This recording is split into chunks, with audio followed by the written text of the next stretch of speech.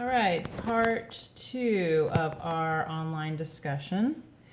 This time dealing with the propaganda wars and George Takei's commentary on the internment camps. Again, two very powerful resources to review, and certainly have a zillion things I'd like to say, but I'll try to stick with the questions. So question 1A, what is your overall response to the role propaganda plays in shaping perspective about people from other cultures? And do you see the evidence of ethnic-focused propaganda today? I believe propaganda is the great distraction. It shapes our perspectives of others because it tries to boil down the essence of what someone may hate about another culture that doesn't act like them or think like them or relate to them, just the sense of foreigner. And I think what I would really liken it to is the acting out of narcissism. It's like narcissism's cousin. Propaganda also keeps us from self-examination. So if we're so busy with an alternative or ulterior motive and agenda to demonize someone else, then we don't take a look at the mote in our eye, if you will. So, but I want to say that in the context of we. When I mean we, I mean in terms of a larger picture of a culture. So, even though I'm African American, if I for some reason have some hate towards someone who is coming from another border, then I may turn in my African American culture card for my American culture card. And so that's what I mean by we. This is when we are speaking with a larger voice. However, propaganda does then in turn impact the individual because then it doesn't allow us to have the self-assessment that we need individually in contrast to what we're being told about another group in mass. So, yes. So, and as well, propaganda seems to tie very well with concepts of war and justice. Actually read two really good books, Welcoming the Stranger and Christians at the Border.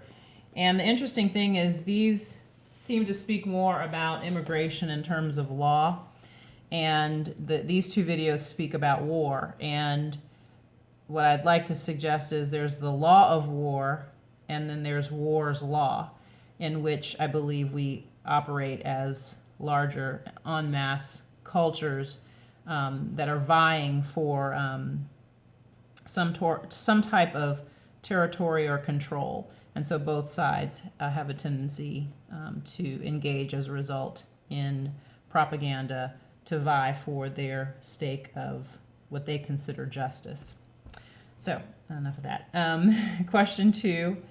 In segment 17 of Propaganda Wars, the narrator of the U.S. government documentary closes with these words: "We are setting a standard for the treatment of people who may have loyalties to an enemy nation.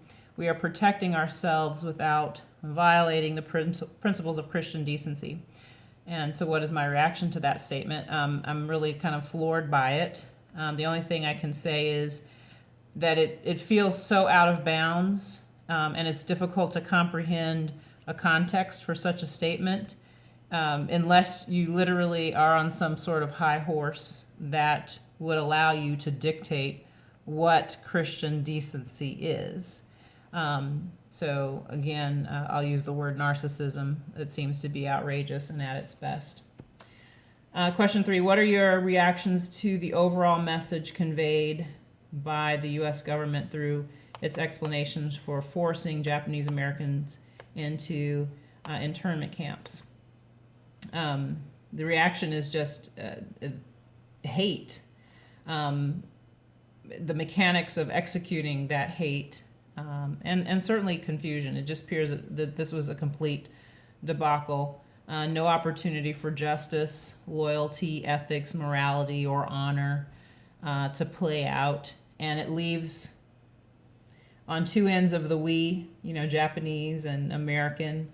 Then somewhere in the middle are the individuals who have to deal with the day-to-day play out of propaganda and hate, which clearly resulted in the internment camps. So I would imagine that those that were so-called in charge were not considering what it would be like to be on the other side of the fence. And probably the best that I could say is there was clearly an absence of God in this matter. Question 4, what are your reactions to hearing about the same historic event, the Japanese internment camp experience from the perspective of George Takei? I really took away, similar to the African Americans experience, that despite the oppression, that there was still a sense of thriving and honor, living out honorably, even in the face of dishonor. The proverbial, what doesn't kill you makes you stronger.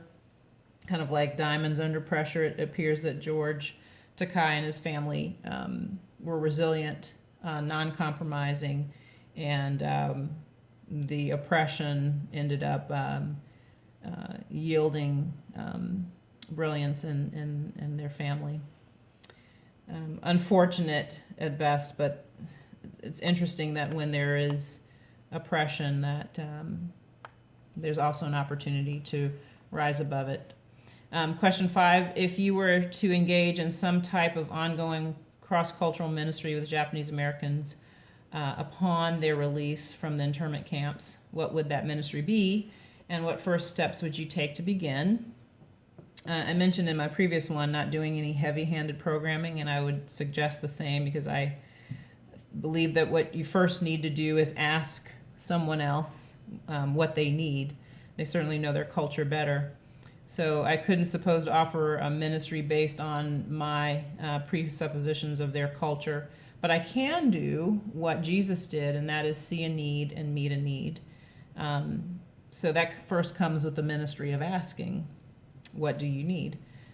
This could mean a return to homeland. It could be an opportunity in the States.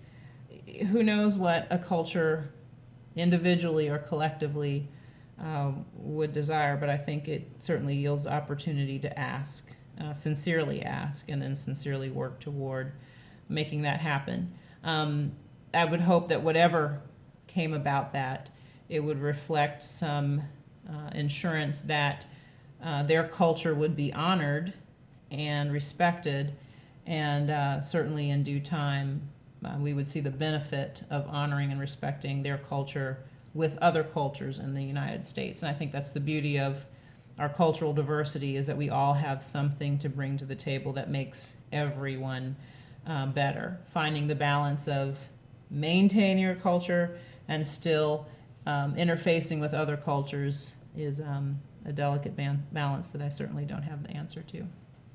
So other than that, the other thing that particularly Welcoming the Stranger spoke about was Jesus' ministry and Paul's ministry as immigration. They were spreading the gospel and going into foreign lands, and it's quite interesting to see the reception that they did or did not receive in any particular place.